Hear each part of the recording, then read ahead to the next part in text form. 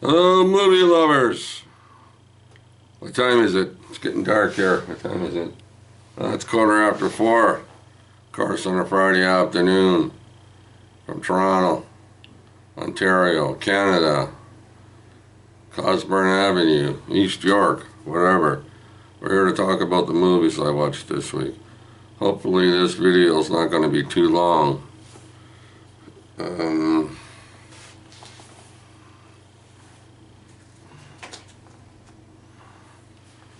Hold on. I forgot one thing.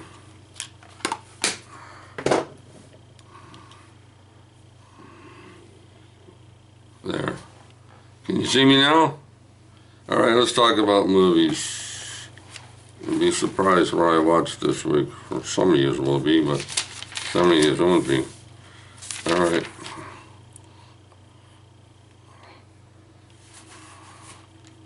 I watched Flight Command on TCM.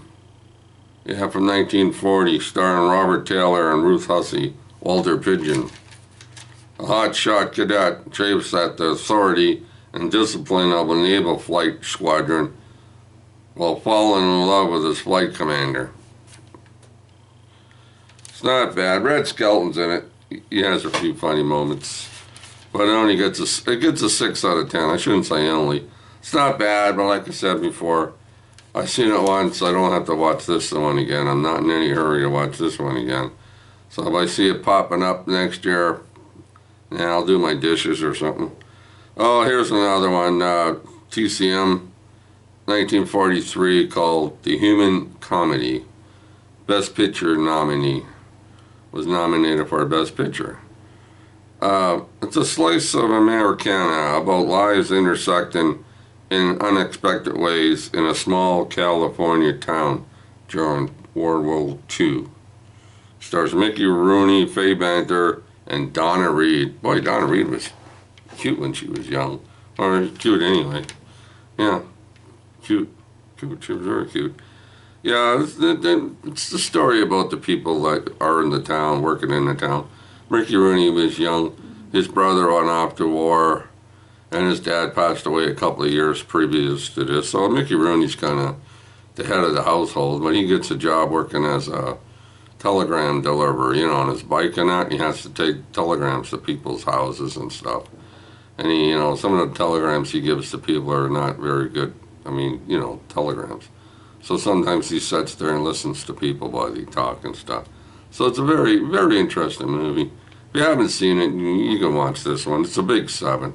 Yeah, now if this came on again later on next year or something, I'd watch it. Plus, I think I have it in my collection of movies over there, but I'm not sure. I think I do. Alright, what else? Logan.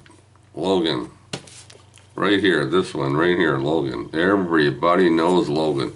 Well, most of yous do. Right? Most of yous do. So there you go. Now, this movie has a fantastic beginning, has a great middle part, and has an excellent ending. This movie is great. Not for me, nothing wrong with this movie at all. I give it a 10. Yeah. I give Logan a 10. Yeah, so think whatever you want. I give it a 10. Superman. 1978 Superman. Can a man fly? Yes, he can. He can now see Lois Lane's pink underwear. Great movie. I wish I could see Lois Lane's pink underwear. But anyway, I did this. First time you actually seen Superman on the movie theater, on the screen, on the big screen. Yeah, 1978. The theater was packed full of people, all waiting to see Superman movie. Yes, everybody loved this movie. It was great.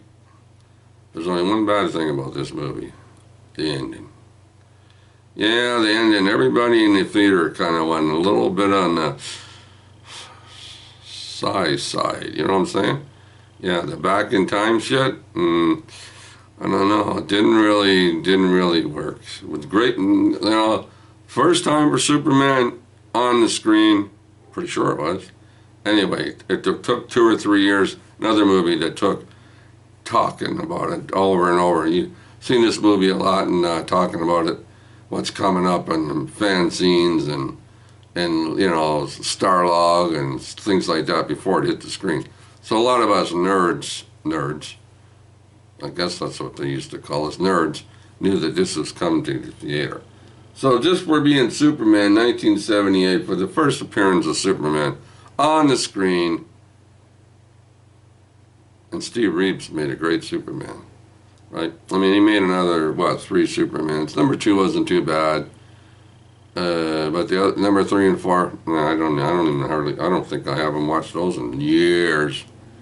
All right, what else did I watch? Oh yeah, I watched a movie on Sunday called The Burglar, 1956. It was going along great until I fell asleep. Yeah, I fell asleep watching that movie, so it happens sometimes. Not off. I don't know why, but I did. All right, well, here's another movie. Another movie that was in talk, or you heard about it for a couple of years, and fanzines and things like, the Starlog and other magazines that are on the stands, about movies, superheroes, comic books, and all that stuff. Batman, 1989. Batman, 1989. Michael Keaton. And a lot of people, most people were complaining, shooting their mouths off about Michael Keaton, right? Going to be Batman. It's going to be terrible. It's going to be this. It's going to be that. Well, even today, it's like, no, it wasn't terrible. But people put the death knell on it back in '89 before it even showed up at the theater. But it did. It was a good, very, very good Batman movie. Very good Batman movie. Well, there's Superman, right? So you've seen Superman. Here's Batman right here. I don't have Blu-rays. Can't afford that. I got this, and that's good enough for me. Batman from '89, right? I give it a 9. I give it a 9. Yeah, 9. A 9. Just because it's Batman. First time, other than, I don't know, what do you want to call it, cartoons and serials from the 40s and stuff like that, yeah. But Batman, it took about 2 or 3 years to get this made, yeah. Getting all the money together and getting people to believe in Batman. Everybody thought about Batman from 1966. Oh, you're not doing Batman from 1966, are you? Kapow! No. It was way better than Batman from 1966. But Batman in its own time, period, right? So you got Batman. Look at this.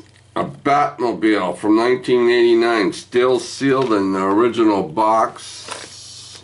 Never been opened. Yep. Sitting in my bedroom in the closet. I also got a Batman t-shirt from 1989 hanging in my closet. I don't wear it anymore because for some particular reason it doesn't fit me anymore. So I think it's shrunk.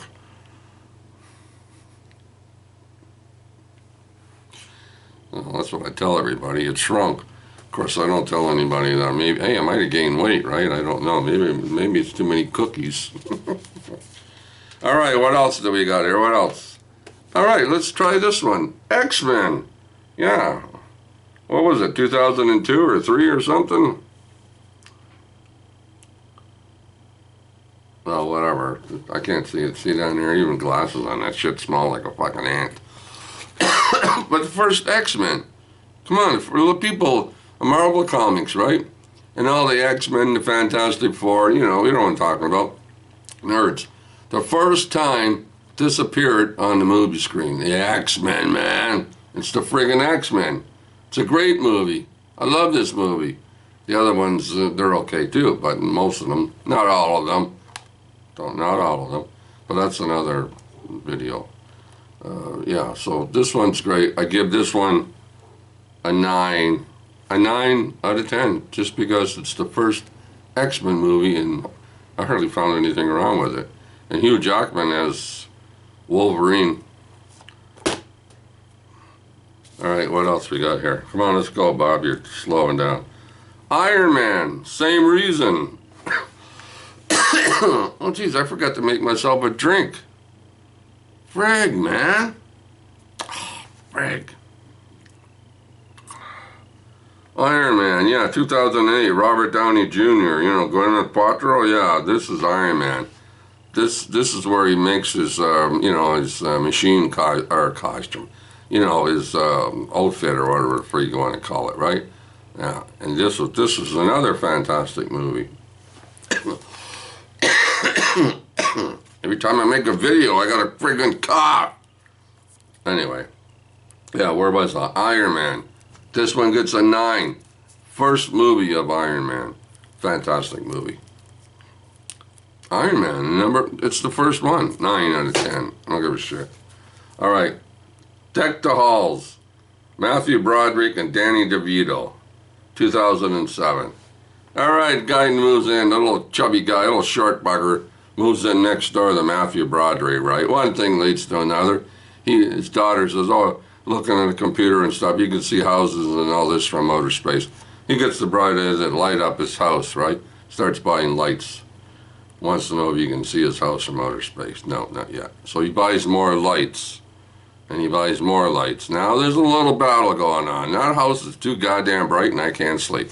So the shit starts hitting the fan. Funny movie. And you can watch this one again next year. It's a Christmas movie, right, people? Come on, get with the program. A 7. A big 7 because it's fun, that's why. A fun Christmas movie. Calm down. Oh, In sent a voice. See, In sent me a voice message already. He's thinking about me. Now this one. What's my camera looks like it's going down. Captain America. No, Captain America. First Captain America movie in the Marvel, you know, generation, zone, period, making movies. This one kind of threw me for a little off a bit. Yeah, they were, you know, I know the story about Captain America, right? As old as I am, I know the story.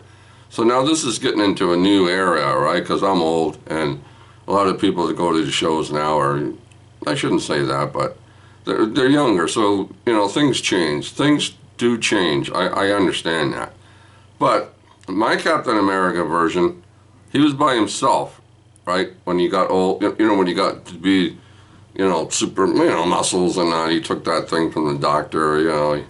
But he didn't meet Bucky until he was sitting in the cabin in the war, and, you know, he met Bucky because Bucky opened up the tent door and saw him changing his uniform, right? So Bucky's only like 13 or 14 years old, right? Some of you already know that. I'm not telling you things, but some of you don't. So the Bucky, there's a Bucky right off the bat in here. He's already in the Army and they know each other, right? Even when he's a little skin runt, there's Bucky, right? So that kind of threw me for a little, you know, I don't know, side order. Until I kind of thought, oh, Bob, you know, you got to get with the program and it's all this new shit. But anyway, you know, a lot of you know what I'm talking about. Some of you probably don't. But yeah, Captain America, the first Avenger, a 9. I give it a 9. I don't give a shit. I give it a 9. Batman, The Dark Knight, right here. Batman. Well, this is not the first movie, Batman, right? This is the second one now. And this one gets a 9 too. I'm giving this a 9 because this is a fantastic movie and it stars Heath Ledger as the Joker. The Joker, this movie is fantastic, right? And it gets a 9 because of the Joker. Some things over time, all these Batman movies, things change about Batman. But if you go back to the original, you know, comic books and stuff like that, right, about the, you know, Batman, how his mom and dad got shot and who the Joker is and all stuff. But, like I said earlier, it's the 2000 and whatevers and things change. Should have had mixed that drink before I sat down, for Christ's sake. Die Hard 2. Die Hard 2. This is a fun movie, Christmas movie, good time of year to watch it. You know, the Christmas trees are up, the lights are up. And this fucker finds himself in the same place he was last year, right? He's sitting there going, oh, no, not again. Don't tell me this is happening again. It can't be. Well, it is, right? It is. And the shit hits the fan. So he goes around. Of course, what does he do? He tries to save the day, right? and shooting everybody, machine guns, and beating everybody up, and them beating him up, and it's a fantastic movie. Lots of action in this. Fantastic movie. What did I give it? I gave it an 8. A big 8 for Die Hard 2. Christmas, Christmas. Anyway, what's this one? Spider-Man. See? Spider-Man. Tobey Maguire. 2002. The first friggin' Spider-Man movie, people. You get to see Spider-Man swinging from building to building with his friggin' spider webs. Zoom, he looked like fucking Tarzan, man. Johnny Weissmuller in the friggin' jungle. Right? You know, Tarzan? He's swinging from tree to tree, just like Spider-Man. Or should I say Spider-Man's just like Tarzan? Or something like that. But anyway, yeah.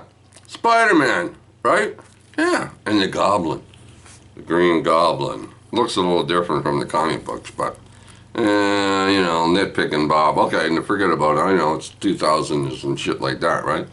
So here it is. This one gets, all the other people, what are we going to give this? We're going to give it a fucking 9. Just because it's Spider-Man's first appearance. Geez, don't get me freaking wound up, whatever you do. Don't forget to feed me. All right, what else? Oh, this one here, right here. Christmas Blessing. Neil Patrick Harris, Rebecca Gayheart, and Angus Jones, T. Jones, you know, from the 2.5 Men guy, the little kid. This movie's all right. It's a continuation, a little bit something to do with the red shoes, right? You know, the young guy, you know, he buys a pair of red shoes for his mother, you know, stuff. Well, that's another movie, but it's good. I liked it. It made me cry. This movie didn't really make me cry, but it, you know, it kind of got my eyes a little watery. I can't help it, but it did. You know, there's a little water going on there. So, yeah, and Rob Lowe's in it for a couple of parts, 2 or 3 little scenes. And, of course, he's from the Red Shoes. So, yeah, so... there's too much going on in this movie to tell you about it, but Angus Jones, he gets sick, and this girl, what's her name, and she gets sick, and, freak, man, everybody's in the hospital, and everybody's sick. But anyway, what did I give it? I gave it a 7. Good movie. If I don't watch it, well, I don't watch it. I watched this already, so it's very good. First time watch, too, first time, never saw it before. Now, when you're down in a thrift store, right, and you're roaming around, you're looking for movies, right? I don't talk to people all day long. Then I make videos. So you're down in a thrift store, any place. So you're roaming around looking for movies, you know, looking for some shit and stuff like that. And every once in a while you come across something and you go, oh, what is this? So I pick it up and I go, oh, I like that. I'll get that. I never even knew that was around. You know, you don't know. Nobody knows everything. No such thing. So I came across this. Paid $1.50 for it, right? And it's Happy Holidays with Bing and Frank. It's a radio. What is it? Rediscover a classic holiday special in all its colorful splendor. Now, I don't think it was in color when it was on TV in 1957. I think they recolored it, but that's another story. But you get Frank and Bing, right, sitting around in, you know, their apartment or somebody's apartment, and Bing gets invited over to Frank's place, supposed to be Frank's place, and they sing Christmas songs together. This is great. Yeah, this is fantastic. Did I rate it? No, I didn't rate it. I didn't give it any numbers. Hey, man. Anyway, don't be falling apart. What else? Yeah, where am I? What was I doing? Oh, yeah, this one here. Professor Marston, right here. Professor Marston and their Wonder Woman. Luke Evans, Rebecca Hall, Bella Heathcote. People behind the Wonder Woman comic book. Now, these 3 people... right, Professor Marston, they're in the university, right, and his wife, right, the dark-haired lady on the side.